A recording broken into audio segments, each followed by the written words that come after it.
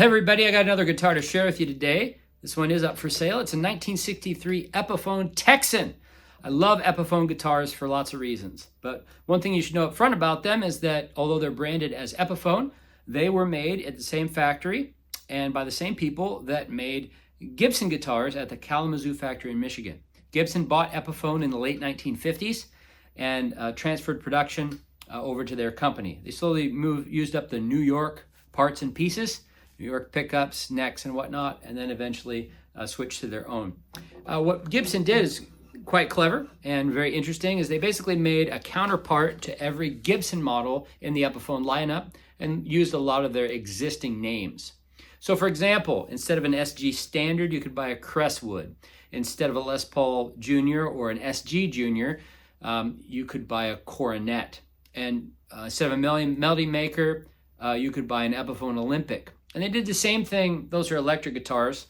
Instead of a 335, you could buy a Riviera. The 330 had the Casino. On and on and on we could go. With the acoustics, it was similar.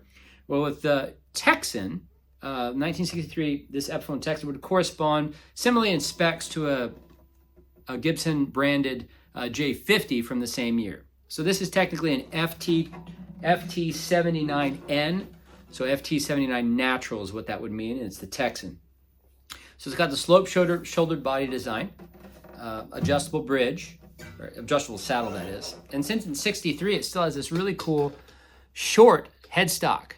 So this is the open book headstock. It's more of a Gibson style. In 64, they switched to the more distinctive hourglass style. So it's a longer headstock, looks more like an hourglass. So that's why we call it by those names. Modern Epiphones have kind of returned a little bit to this. You see it a little more often. And yeah, it's just kind of cool to find that. That's an early feature. Pre-65 Epiphones are quite rare of all the models. There's just not a ton of them that were made. I think less so than the Gibsons. And yeah, they're great. So this guitar has had servicing, bridge reglue, professional neck reset at some point in its life. So that's all that work's been done. There are two very minor hairline splits here and here that developed. Again, and keep in mind, these developed simply because the wood shrinks over time. It was not mishandled. It was not abused. The crack is just from the natural shrinkage of the wood. Been professionally sealed. You're all good to go. Top is crack free. And yeah, it sounds really good. Other thing is, in 63, it has the wide nut width. So this is the nut of the guitar, and we call it the wide nut because this is 1 11/16 of an inch.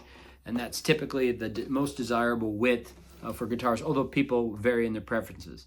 Epiphone switched to the 1 5/8 and then 9 16 nut width earlier than Gibson did. At least I know they're made by the same people, but just in terms of the branding of the guitars. So it's pretty cool and hard to get an Epiphone from the 60s that has the wide nut. There's just fewer of them out there.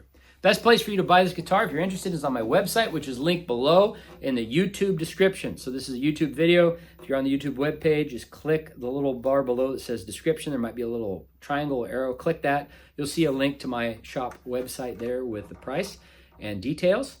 My contact info should be down there too. You can shoot me a text. I'll get back to you when I'm available to answer any questions you might have. Another good reason to buy it there is you won't be charged sales tax at checkout. As I'm not legally required to, but you need to be aware of the use and sales tax laws in your state and your obligations in that regard. 1963 Epiphone Texan, really cool guitar. Thanks for checking out the video and have a great day.